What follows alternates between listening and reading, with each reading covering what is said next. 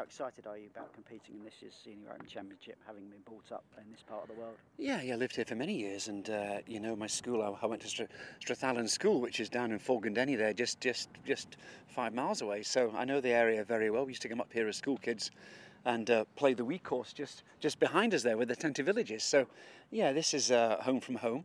As soon as the Open was announced at St Andrews in 2022 here, the RNA usually keep us at a 2-hour, 3-hour radius from St Andrews. So where we're going to play, well, Gleneagles is perfect. And especially the King's course. I do prefer the King's course. The PJ course, yes, great, you know, the Ryder Cup, the Solheim Cup, okay, fine. But for us, I think this has got much more character, much more definition, and I think the players are all enjoying it thoroughly. And you'll see from tomorrow on when we start that really are enjoying themselves and walk off whatever we're scoring. You think, okay, this is special, especially for our American visitors and worldwide visitors coming over here for this Senior Open. I mean, it's sold itself the last few days with the weather that we've had. You know, fantastic. James Braid has created a little gem here, hasn't he?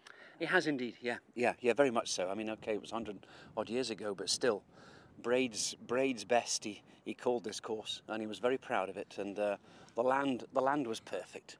The rolling hills of Perthshire. Yeah, I mean, you see some of the greens. They might tend to go the wrong way, but it was just the natural contour of the land. He didn't really do very much, to be honest. It was here, but no, a good golf course it is.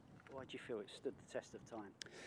I think with the character of it, I think there's some bloody good golf shots to be hit, I tell you. I mean, the 11th hole, for instance, the par 3, the 10th hole across the top there with the wind coming in off the left is a very nasty hole, par 5, okay. And then you've got the saddle coming down the last hole. I mean, you know, that is superb. You can't build that nowadays. That saddle over the last coming down the last hole into the famous last green there in front of the clubhouse and the hotel in the distance.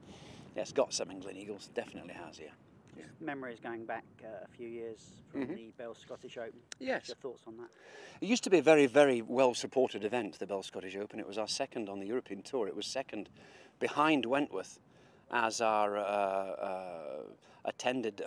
most attended Open.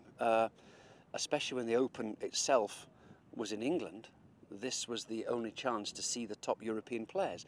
And in that day I was competing in 92, 93, against Seve, against Langer, against Lyle, Woosnam, Olazabal, Rafferty's days, Sam Torrance, Ken Browns, all the greats of the European Tour, and they all turned up here.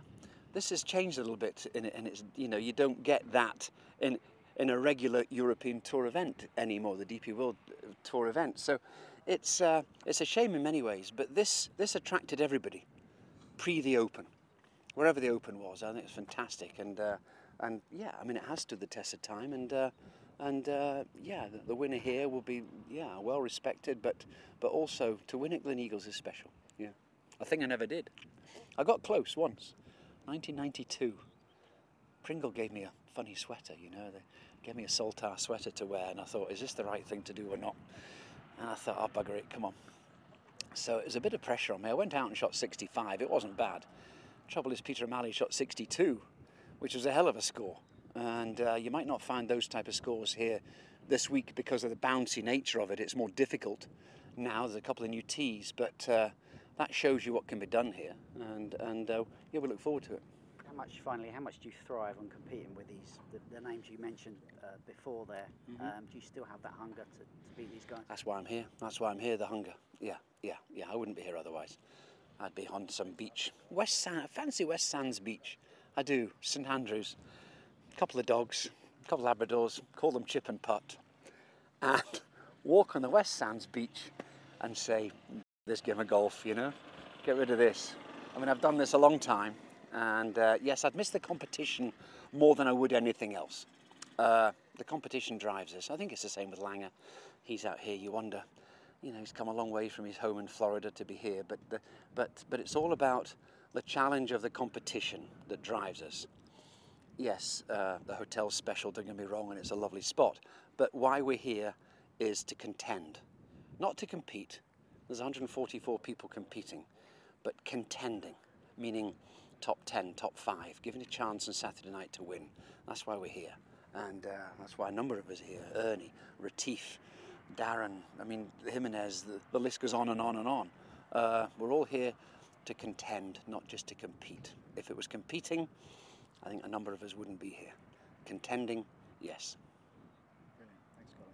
Not at all. Wish you the best. Thank you. Thank you very much.